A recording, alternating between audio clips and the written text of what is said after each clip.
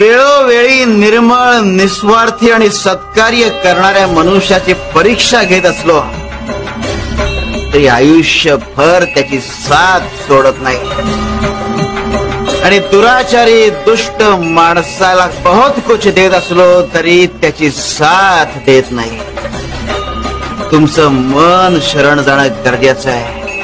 केवळ डोकं झुकवून ईश्वरी कृपा लाभत नाही. अरे हेच तर खरी परीक्षेची घडी आहे.